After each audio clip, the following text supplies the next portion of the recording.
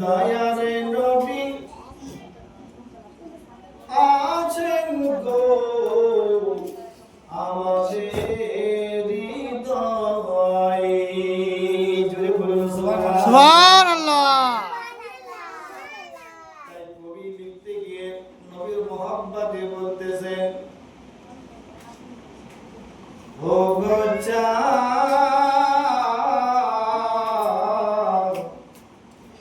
তুমি বলে দাও আমার নবীজি কোথায়। একজন আসি নবীর মহব্বত,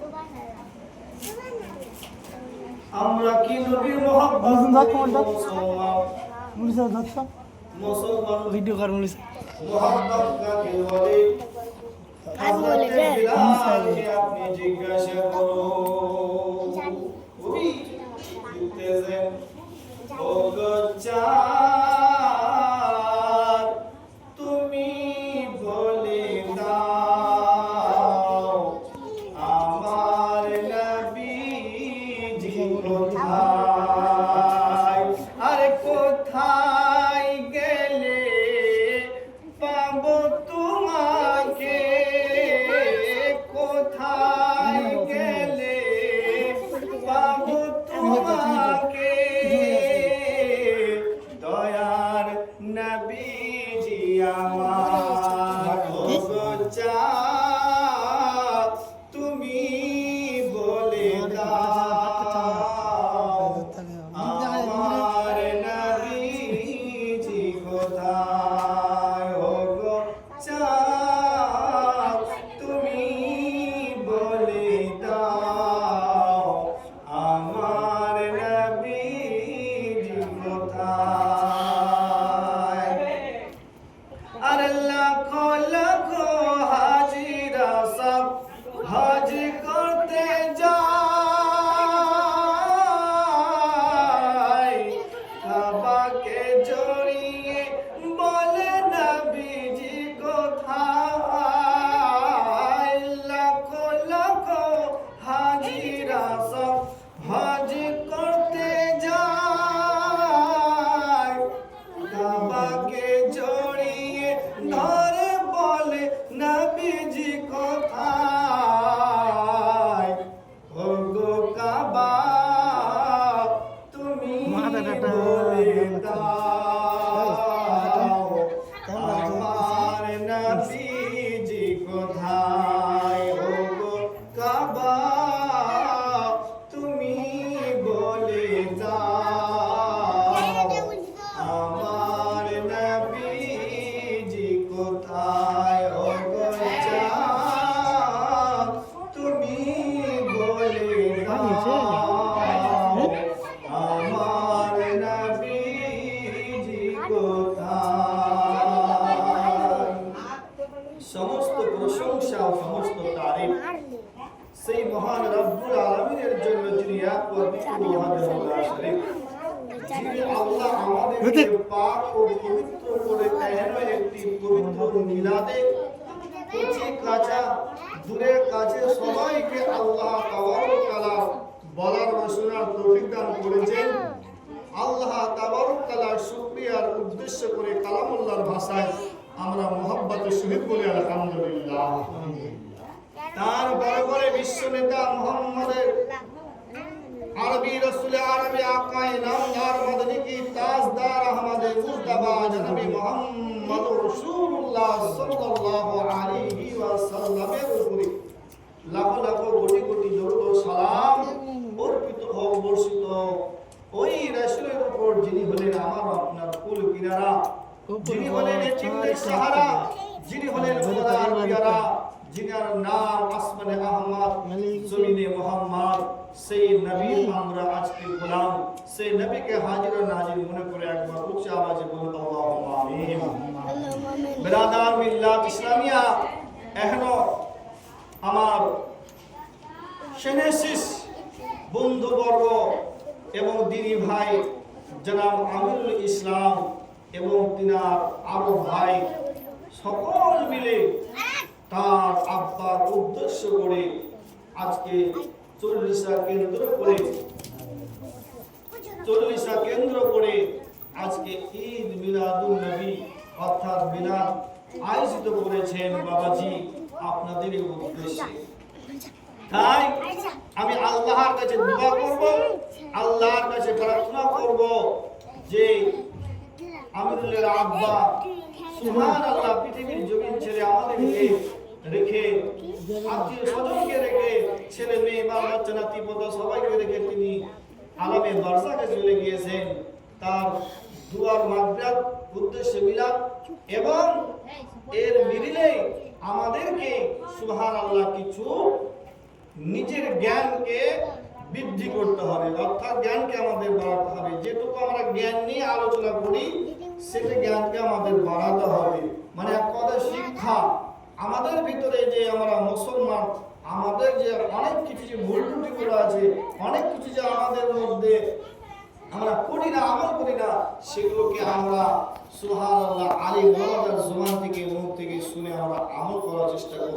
এরই নাম হচ্ছে বিদআত। তো যাই হোক, আমি আপনাদেরকে সকলকে আহ্বান করছি, দাওয়াত দিচ্ছি, নিমন্ত্রণ করছি এবং প্রত্যেককে আমি আসার অনুরোধ করছি যে জনাব আমিরুল শেখের বাড়িতে আপনারা যে যেখান থেকে শুনছেন, আমি আপনাদেরকে আমন্ত্রিত করলাম আপনাদের দায়িত্ব গ্রহণ করা। সেই পবিত্র নিয়ে আপনাদের প্রত্যেকে বাড়ি থেকে না বসে থেকে এই পবিত্র জায়গাতে বসে করুন। দু একটি কথা বলবো মা বাবার উদ্দেশ্য করে। মা বাবা কি জিনিস, মা বাবার হক কি, মা বাবাকে কিভাবে ভালোবাসতে হবে, মা বাবার কবরটা কতটা আল্লাহ কি বলেছেন, কোরআনের মধ্যে কি বলেছেন, এই সম্পর্কে কিন্তু আজকে আমি আলোচনা করব। তাই আপনারা বেশি দেরি না করে অতি তাড়াতাড়ি করে আপনারা এই জায়গাটাকে ঘুরে যান। সব থেকে দুঃখের বিষয় সেখানে যে এই এত বড় বাড়ি, আজকে বাড়িতে অনেক দুপুরবেলাতে ভিড় ভাট্টা আমি দেখতে পেলাম। শুধু কমসে কম বাইরের লোক না থেকে যদি বাড়ির লোককে যদি বসতো তো মনে হয় আমার জানটা ভরে যেত। কেননা আমাদের এখানেই বুঝতে হবে, আমার বাপের নামে মিলাদ উদ্দেশ্য মিলাদ দিয়েছি, খানাপিনা করলাম, কোরআন খানি করলাম, ফাতিহা খানি করলাম, কবর জিয়ারত করলাম। আর সেই ছেলে পেলেগুলো যদি লাপাতা হয়ে যায়, তারই সন্তান সন্তানই যদি লাপাতা হয়ে যায়, সেই ছেলেরই বৌমারা যদি লাপাতা হয়ে যায়, সাধারণ মানুষ লাপাতা হবে। হ্যাঁ, তাই আমি বলবো কমসে কম বাড়ির লোক যিনারা আছেন আপনারাই বসুন, আপনারাই শিখুন মা বাবার কিভাবে ভালোবাসতে হবে। আসুন আমরা আল্লাহর পবিত্র কোরআন উঠিয়ে দেখুন। কোরআন পাকের মধ্যে আল্লাহ পাক বলেন ওয়া বিল ওয়ালিদাইনি ইহসানা। এটা আমার কথা নয়, রবীন্দ্রনাথ ঠাকুরের কথা নয়, ডাক্তার জাকিরের নায়কের কথা নয়, মোহাম্মদ জাকিরের কথা নয়। ও মেরা বাবা, এই কথা হলো আল্লাহর স্বয়ং কোরআনের কথা। ও বাবা, কোরআনের কথাকে অমান্য করা যাবে না, যাবে না। কোরআনের কথা খেলাফ করা যাবে না। কোন ব্যক্তি জাবারকে জের বলতে পারবে না, জাবারকে পেজ বলতে পারবে না। এই জন্য পারবে না কারণ হচ্ছে আল্লাহর কোরআন। এই কোরআনের মধ্যে আল্লাহ রাব্বুল ইজ্জত জানতেন, আল্লাহ রাব্বুল ইজ্জত আলিমুল গায়ব, আল্লাহ সৃষ্টিকর্তা, পালনকর্তা, রিজিক দাতা, হায়াত দাতা। আল্লাহ জানেন যে আদম সন্তানের মধ্যে, শেষ নবীর উম্মতের মধ্যে এমন সুসন্তান পৃথিবীর জমিনে আসবে, মা বাপ বেঁচে থাকবে মা বাপকে ভাত দিবে না, মা বাপ জীবিত থাকে তার খিদমত করবে না, মা বাপ জীবিত থাকবে তাকে ভালোবাসবে না। মহান রব্বুল আলামিন বললেন, এই জন্য আমি কোরআন পাকের মধ্যে ঘোষণা করে দিলাম, ও জগতের মানুষ, আমি আল্লাহ তোমাদেরকে আমি সাবধান করে দিলাম। যেমন আমি তোমাদের নামাজের কথা কোরআন পাকের মধ্যে বলেছি, তোমরা নামাজ পড়তে যাও। আমি কোরআন পাকের মধ্যে জুম্মার কথা বলেছি, তোমরা জুম্মা নামাজ পড়তে যাও। আমি কোরআন পাকের মধ্যে হজের কথা বলেছি, হজ করতে তুমি যাও। আমি কোরআন পাকের মধ্যে রমজান মাসে রোজা রাখার কথা বলেছি, তোমরা রোজা রাখো। আমি কোরআন পাকের মধ্যে দান খায়রাত আচরণ ব্যবহারের কথা বলেছি, তোমরা যতটা পারো আমল করো। আমি কোরআন পাকের মধ্যে বলেছি ওয়া বিল ওয়ালিদাইনি ইহসানা, তোমাদের মা বাবা যদি জীবিত থাকে তাদেরকে তোমরা ভালোবাসো, তোমরা তাদেরকে খিদমত করো। আর খিদমত করে নিয়ে পৃথিবীর জমিনে থেকে তাদের কাছ থেকে জান্নাতে নিয়ে নাও, জান্নাতে নিয়ে যাও। আল্লাহ আল্লাহ কোরআন বলছেন ওয়াবিল ওয়ালিদাইনি ইহসানা, তোমাদের মা বাপ যদি জীবিত থাকে সেই মা বাবাকে কদর করো। কেন আল্লাহ কেন বললেন এই কথা? বাবা গো, বড় দুঃখ লাগে ওই সময় যখন শুনতে পাই যে অমুক ছেলে তার মাকে ভাত দেয় না, অমুক পিতাকে খাবার দেয় না, দেখাশোনা করে না, তখন দুঃখ লাগে। হায় হায় হায়, আমরা সব কিছু করতেই সম্ভব যখন মা বাপ শেষ বয়সে বুড়া আমাদের বড় মুসিবত চলে আসে। কিন্তু না মুসলমান, মুসিবত না। আরে মা বাপের খিদমত করলে আল্লাহ তোমায় ভালোবাসিবে, আর মা বাবার পায়ের তলে রয়েছে জান্নাতের ঠিকানা। রে মুমিন মুমিনা, তোমরা কেন বুঝো না, কেন তোমরা বুঝো না? আমি ওই বাবাজি বন্ধুগণ, আমরা যখন মা বাবার পৃষ্ঠে যখন ছিলাম তখন আমি সুবহানাল্লাহ আমাদের মা বাপ কত লালিত পালিত করে মানুষ করেছে, কত না মহব্বত করে ভালোবেসেছে। ও বাবা জীবন, আপনি যখন পৃথিবীর জমিনে আসেননি আপনি একটি বিন্দু পানি ছিলেন। ওই বিন্দুর পানি দিয়ে আল্লাহ রাব্বুল ইজ্জত মায়ের গর্ভে আসা হলো। ওই মায়ের ঘরে ধীরে ধীরে আস্তে আস্তে আপনাকে বড় করলেন আল্লাহ রাব্বুল ইজ্জত জাল্লা জালালুহু ওয়া মালালুহু। ওই মায়ের পেটে 10 মাস 10 দিন আপনি পেটে থাকলেন। আল্লাহ আপনাকে সুন্দর করে আল্লাহ তৈরি করলেন। আর 10 মাস 10 দিন হওয়ার পরে আপনি মায়ের উদর থেকে আপনি পৃথিবীর বাতাস দেখলেন। আল্লাহু আকবার, সুবহানাল্লাহ। আল্লাহ রাব্বুল ইজ্জত আপনাকে সুরক্ষিত রেখেছে, ভালো রেখেছে। যে সেই আল্লাহ রাব্বুল ইজ্জত ওই মা যদি চাইতো ওই জন্ম হওয়ার পরে আপনাকে মেরে ফেলে দিতে পারত।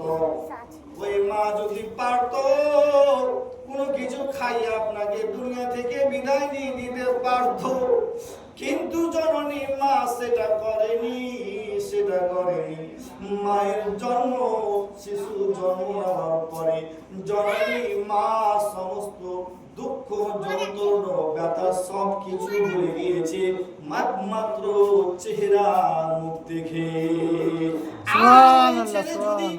ওই পুত্র যদি বড় হয়ে যায়, ওই পুত্র যদি সুন্দর বউ পেয়ে যায়, আর শ্বশুরের ধন সম্পদ যদি পেয়ে যায়, আর চেহারা যদি পরিবর্তন যদি হয়ে যায়, আল্লাহু আকবার, আল্লাহু আকবার। তোমার বাহ্যিক দৃষ্টিতে তুমি হতে পারো কোটিপতি, তুমি বাহ্যিক দৃষ্টিতে হতে পারো বড়লোক, কিন্তু তুমি তোমার মা বাবার কাছে সবথেকে হচ্ছে বড় ভিখারি। কেন? দুনিয়া তোমার পৃথিবী স্থায়ী নয়। তুমি পৃথিবীর সারা জীবন ধন সম্পদ নিয়ে শুয়ে থাকবে না। ধন সম্পদে তুমি তোমার কবর দেওয়া হবে না, তোমার কবরে ধন সম্পদ টাকা পটলি করে পাঠানো হবে না, হবে না। তোমার ওই সম্পদ যেমনি শ্বাস বন্ধ হয়ে যাবে, তোমার ধন সম্পদ কেউ না কেউ এসে ভোগ করবে নাকি বাবা? তাই আমার সোনা মানিকেরা, আমি আপনাদেরকে বলি, মা বাপ যার আছে খিদমত করো, ভালোবাসো, আর মা বাপের সেবা করো, আল্লাহ তোমাদেরকে ভালোবাসবে। আল্লাহ রাসূল সাল্লাল্লাহু আলাইহি ওয়াসাল্লাম আয়ার দয়ার নবী, মায়ার নবী, রহমাতাল লিল আলামিন নবী, নবী সুবহানাল্লাহ, যখন নবী মুস্তাফা 5 থেকে 6 বছর বয়স, বাবা এখনকার ছেলের বয়স 5-6 বছর বয়স হয়ে যায়, যদি জননীর মা পৃথিবীর জমিন ছেড়ে চলে যায়, ওই ছেলে মা মা করে কাছে ডাকবে, মায়ের মায়তা মায়ের সোনাতা কোথায় পাবে? আমার দয়ার নবী রহমাতাল লিল আলামিন 6 থেকে 5 বছর বয়সে হযরতে মা আমিনা পৃথিবীর জমিন ছেড়ে চলে গেল, লালিত পালিত হলো দাদা মুত্তালিবের কাছে। বাবা ও জগতের মানুষ, আমার দয়ার নবী, মায়ার নবী গো, দুনিয়াকে মেসেজ দিয়েছে, দুনিয়াকে শিক্ষা দিয়েছে এই হাদিস দ্বারাই। ও জগতের মানুষ, যাদের কচি বয়সে মা বাপ দুনিয়া ছেড়ে চলে যায়, দুনিয়া ছেড়ে চলে যায়, ও কচি কাজারা, আল্লাহ নবী মুস্তাফা মানুষকে বোঝাতে চেয়েছে, অল্প বয়সে আমার মা বাবা দুজনাই চলে গিয়েছে, তোরাও সবর করে নে, ধৈর্য ধরে নে, আর যদি শেষ বয়সে তোমার মা বাপকে যদি তোমরা যদি পেয়ে নাও, আল্লাহ রাসূল বুখারী শরীফের মধ্যে হাদিস এসেছে, মুসলিম শরীফের মধ্যে হাদিস এসেছে, আল্লাহ রাব্বুল ইজ্জাতের হাবিবে মুস্তাফা বলতেছে, তোমাদের শেষ বয়স যারা তোমার মা বাপকে যারা পেল, আর পাওয়ার পরে তাদের খিদমত করলো না, তারা জান্নাতি থেকে বঞ্চিত থাকলো। আর যদি হে যুবক যুবকেরা, তোমরা জান্নাতি যদি চাও, তাহলে মা বাবার শেষ বয়সে তুমি তাদের খিদমত করে জান্নাতি হয়ে যাও। আমার দয়ার নবী রহমাতাল লিল আলামিন পৃথিবীর জমিনে যদি মা বেঁচে থাকতেন, মাকে কিভাবে ভালোবাসতেন, মাকে কিভাবে মহব্বত করতেন, পৃথিবীর জমিনকে মানুষকে দেখিয়ে দিতেন। কিন্তু সুবহানাল্লাহ, আল্লাহর কি মহিমা, আল্লাহর কি হুকুম, মা দুনিয়া থেকে পর্দা হয়ে গেলেন। কিন্তু দয়ার নবী, মায়ার নবী মুস্তাফা সাল্লাল্লাহু আলাইহি ওয়াসাল্লাম, যিনার দুধ পান করে মানুষ হয়েছে বাবা, যিনার দুধ পান করে বড় হয়েছে, সেই মাকে কিভাবে ভালোবাসতে হয়, কিভাবে মহব্বত করতে হয়, কিভাবে তাদের কদর করতে হয়, সেটা আমার নবী সমাজকে বুঝিয়ে দিয়েছে। হাদিসের মধ্যে আছে, আমার নবী দয়ার নবী রহমাতাল লিল আলামিন সাহাবীদেরকে নিয়ে বসে আছেন, আল্লাহর কোরআনের কথা আলোচনা হয়, দ্বীনের কথা আলোচনা হয়, মানুষকে সাহাবীদেরকে নসিহত করে, অমুক কাজ করিও না, অমুক গুনাহ করিও না, অমুক পাপ করিও না।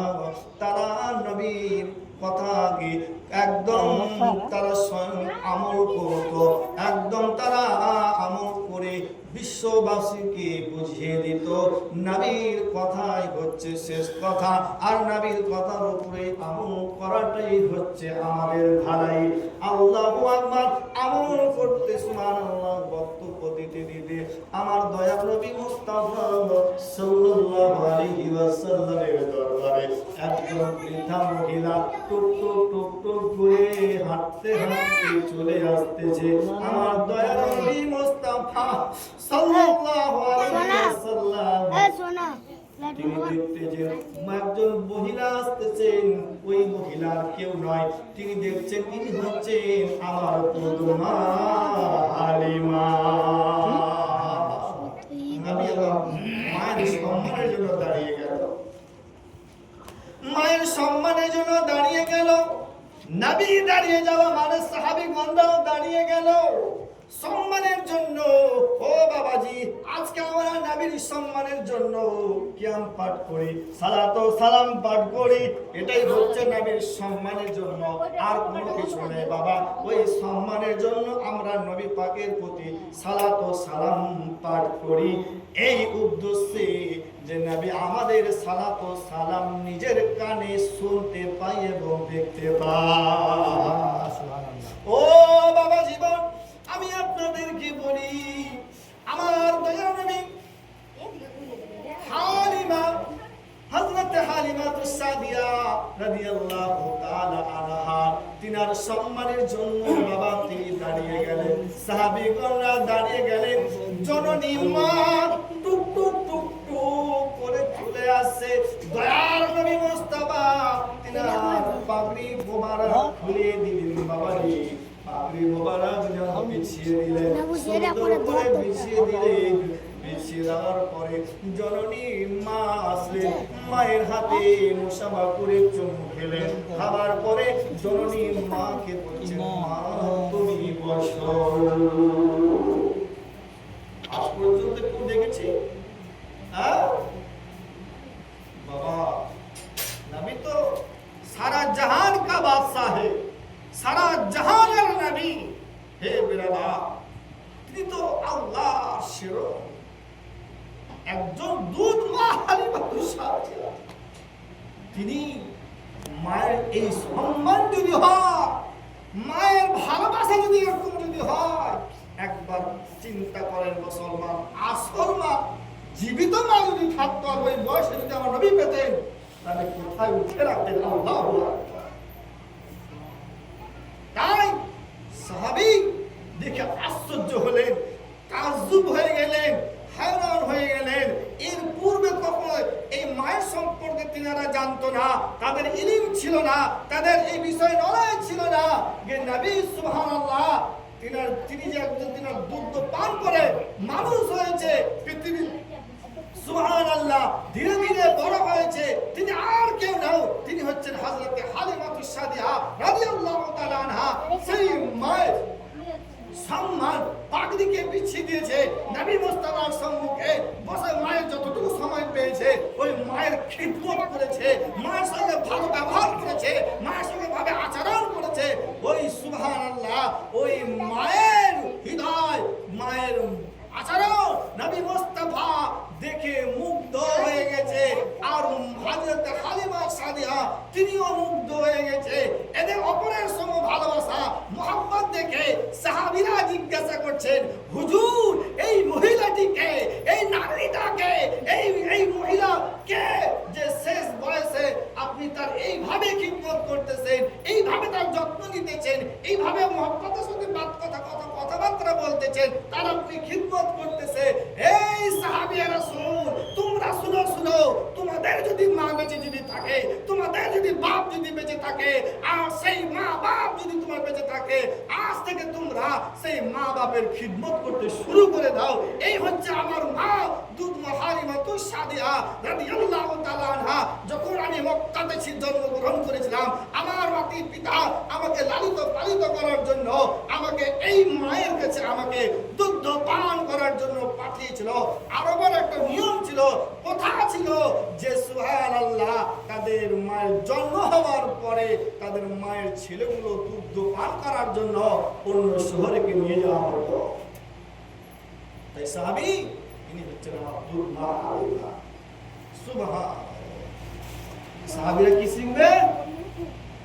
যিনি দ্বীনের খিদমত, কোরআনের কথা, হাদিসের কথা, যিনি কি আমাদেরকে শিক্ষা দিয়েছেন, তিনার ব্যবহার এই দুধ শুধু পান করার জন্য সম্মান যদি হয়, যে 10 মাস 10 নারীর টান, যে নারীতে আপনাকে রেখেছিল, যত্ন করে আপনাকে লালিত পালিত করেছে, সে মায়ের কতটা খিদমত করতে হবে, ভালোবাসতে হবে।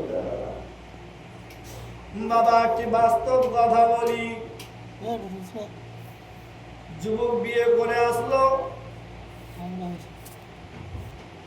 আর বউ রমণী বউ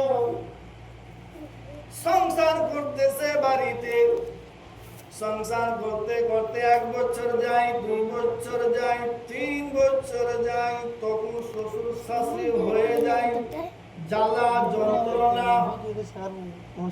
আর শ্বশুর শাশুড়ির কথা আর শুনতে ভালো লাগে না, পছন্দ হয় না। আস্তে আস্তে দেখা যায় বৌমায়ের ভিতর থেকে শ্বশুর শাশুড়ি খিদমত ভালোবাসায় উঠে গিয়েছে। ওই বৌমার বাড়িতে 2টি ভাই, সেই 2টি ভাই বড় হলো। বড় হওয়ার পরে তাদের বিবাহ হলো। ওই ভাই বৌমার 2টি ভাই যখন বড় হলো, বিয়ে হলো, তাদের বৌমা এলো। একটা বৌমা, 2টা বৌমা আসার পরে তাদের 1 বছর, 2 বছর, 3 বছর কেটে গেল। কেটে যাওয়ার পরে সেই বাড়িতে দেখা যায় সেই বৌমা গুলো ভাত দেয় না। তাই মা খবর দিয়ে বলছে, বেটি রে, তোর ভাইরা আমাকে ভাত দেয় না, খিদমত করে না, আমাকে দেখাশোনা করে না। ওই বোন দিদি শোনার পরে সাজগোজ করে, শাড়ি পরে, টুকটুকি ধরে বাপের বাড়ি ছুটলো। ছুটে গিয়ে ভাইদেরকে বুঝাচ্ছে, রে ভাই, ভাই, হে ভাই, এটা তোর বাপ, এটা তোর মা, তুই কেন ভাত দিস না? হ্যাঁ, শ্বশুর বাড়িতে গিয়ে বৌমা বাপের বাড়িতে গিয়ে বিচার করছে। বিচার তো হওয়া উচিত তোমার শ্বশুর বাড়িতে। তুমি ভাত দাও না, আর তুমি তোমার মা বাবার ভাতের আশা করো, তুমি কি করে পাবা? হ্যাঁ, কি করে পাবা? ভাইকে হাত দিয়ে, মাথা দিয়ে বলেছে, ভাই ভাত দিবি তোর মা, এটা তোর মা। বাপের বড় ভাইয়ের মাথা দিয়ে হাত টিপে বলছে, ভাই এটা তোর বাপ, ভাত দিস, খিদমত করে তোর মা, মায়ের লেগে ধন সম্পদ পেয়েছিস, বাড়ি পেয়েছিস, আর ওই বোন আছে শ্বশুর বাড়িতে ভাত দেয়। হ্যাঁ, এই তো হচ্ছে নিয়ম, এই তো হচ্ছে নিয়ম। আমরা অন্যকে জ্ঞান দিতে পারি, অন্যকে বুদ্ধি দিতে পারি, অন্যকে মানুষকে সঠিক পথের কথা বলতে পারি, কিন্তু দেখা যায় আমি নিজেই তো আমল করি। হ্যাঁ, তুমি যদি সুবহানাল্লাহ মনে যদি করো কিনা আমার শাশুড়িটা হচ্ছে আমার মা সমতুল্য, আমার শ্বশুরটা হচ্ছে আমার বাপ সমতুল্য, এর জন্যই তো আমি এই ছেলের হাত ধরে আমি এই বাড়িতে আশ্রয় হয়েছি। তো আমার আশ্রয় কোথায়? আমার পরিচয়, আইডেন্টি কি? আমার পুরুষ কি? বেলাদার পুরুষ। আপনার আইডেন্টি পুরো তখন হয় যখন তোমার গর্ভে থেকে কোনো সন্তান পৃথিবীর জমিনে আছে, তখনই তোমার একটা আইডেন্টি পুরো একটা পুরুষ হয়। আর বাচ্চা ছেলে না থাকলে আপনার আইডেন্টি পুরো থাকে না, আধা তুমি কারো নাও থাকতে পারো, চলে যেতে পারো। তাই মুসলমান আমরা অপরকে কখন আমরা নিজেকে বুঝবো বাবা?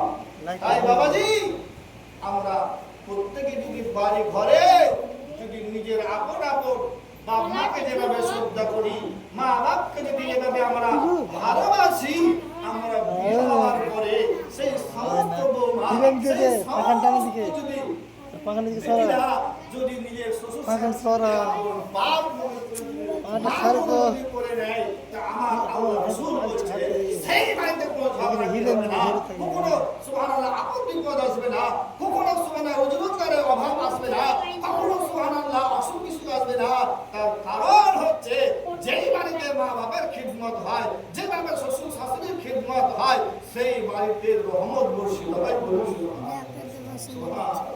বাবা, এই তো ছিল বৌমাদের কথা, এবার শাশুড়িদের কথা শুনো। শাশুড়িরা হয়ে গেছে আজকাল জাল্লা। বাবা নিজের বেটিকে খুব ভালোবাসে, খুবই মহব্বত করে, লুকিয়ে লুকিয়ে অনেক কিছু দিয়ে পাঠায়, কিন্তু সে শাশুড়িকেও মনে করতে হবে। শাশ সমুদ্র পার করে নিজের 20 বছর বছর, 14 বছর, 22 বছর জন্মভূমিকে ত্যাগ করে আত্মীয় স্বজনকে ভুলে গিয়ে তোমার সে পুত্রের হাত ধরে এই বাড়িতে আশ্রয় নিয়েছে, একমাত্র এই উদ্দেশ্য যেন আমি সবার মন জয় করে থাকতে পারি। বাবা, শাশুড়ি দিচ্ছে খোটা মারছে, শ্বশুর দেখছে দিকে খোটা মারছে, হাসুর দেখছে দিকে খোটা মারছে, দেওয়ার দেখছে দিকে খোটা মারছে। বাবা, সারা জীবন যদি খোটা যদি খায় সেই বৌমা কথা বলবেই, কিন্তু কথা যদি হজম করতে যদি না পারবা, যদি হজম সহ্য করতে যদি না পারবা, লোক দেহে দেহে কেন বাড়াবা কেমন বৌমা এই বেলা বলছে ঘরের কথা ঘরে থাকতে দাও, ঘরের কথা বাইরে প্রকাশ করিও না। তার কারণ হচ্ছে আজকে তোমার বৌমা দুটা কথা বলেছে, তুমি গায়ে গায়ে টহলে টহলে পাড়ায় পাড়ায় মানুষকে বুঝে বলে বেড়াচ্ছ। খোদার কাছে সে বৌমা যদি তোমার খিদমত করে, ভালোবাসে, তোমার যদি যত্ন যদি নাই, তোমার যদি পরিবর্তন হয়ে যায়, সেই বৌমার মানুষের কাছে যে তুমি হাজার যদি বলো আমার মা বউ ভালো হয়ে গেছে, আমার মা বৌমা শুধরে গেছে, তোমার কথা তুমি আর তুমি আবার বলছো জগতের মানুষ তোমাকে বলবে কি আমার শাশুড়ি হচ্ছে এই লোকটাই মহিলাটাই হচ্ছে এরা বৌমা ছিল। হে বারাদার, এই হচ্ছে সমাজের নীতি নিয়ম। আমি আপনাদের প্রত্যেকে বলবো এরা বাপ শাশুড়িকে তো বেটি নজরে দেখতে হবে, মেয়ে নজরে দেখতে হবে। যেমনি আমাদের বউ মেয়ে যখন আমার লালিত বাড়িতে হবে না আমরা শাসন করি, আওয়াজে কি হচ্ছে দেখো, মুখ গলা ই হয়ে যাচ্ছে।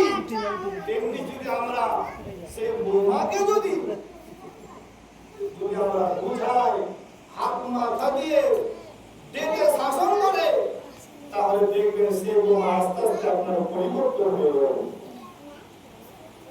সম্পর্ক করতে হবে মা মেয়ের মতো, এই নয় যে আমার শাশুড়ি শাশুড়ি মতো দেখতে হবে। একবার যদি মনে হয় না এটা হচ্ছে আমার মা, তাহলে দেখবেন মনের মধ্যে যত কালি আছে, মনের মধ্যে যত হিংসা বিবাদ আছে, আল্লাহ সেখানে রহমত বর্ষিত করে সব কিছু মুছে ফেলে দিবে। বাবা জীবন জবান, আমি এই জন্য বললাম যে আমরা সবাই সবাই জ্ঞানী মানুষ, আমরা সবাই সবাই বুদ্ধিমান। তাই আমি আপনাদেরকে বলি, আমরা যখন নিজেকে যখন প্রশ্ন করব, নিজেকে যখন জানবো, বাবা আপনি যতই ভালো কাজ করুন না কেন, আল্লাহ রাসূলের অধীনে থেকে আপনাকে কাজ করতে হবে।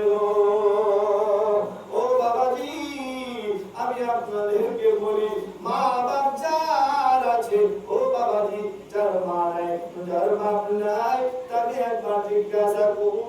এমন পুরুষ আছে মা বাবার জন্য জান দিত রাজি, কিন্তু সেই মা পৃথিবীর জমিনে বেঁচে নাই।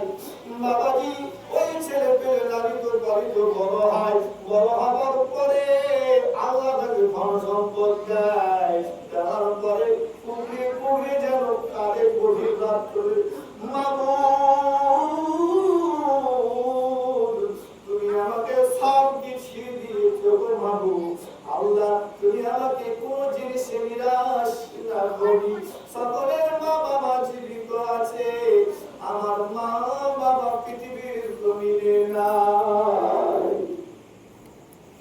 জান্নাত কার কদর, আজার আছে কার কদর নাই। বাবা আমি আপনি সকলেই হচ্ছে আমাদের বাবা। আজকে আমরা যুবক, তখন আমরা হচ্ছে পিতা, পিতা হওয়ার পর তখন আমরা শ্বশুর। বাড়ির বৌমা তোমরা কখনো মেয়ে ছিলা, তাহলে বেটি ছিলা, তাহলে বেটি থেকে তোমার বৌমা হলা, বৌমা হয়ে কারা তুমি শাশুড়ি হবা। এই তো হচ্ছে নিয়ম। আজকে আমি আপনি যদি সে শ্বশুর শাশুড়ি খিদমত না করি, আমার ছেলে পেলাও আমার আপনার খিদমত করবে না। এই হচ্ছে নিয়ম, এই হচ্ছে পরিস্থিতি। তুমি ভাত দাও না, তুমি ভাতের আশা করো, তুমি আমাকে খিদমত করবে, তুমি খিদমতের আশা করো। লাইট জ্বলছে। আমি আপনাদেরকে বলবো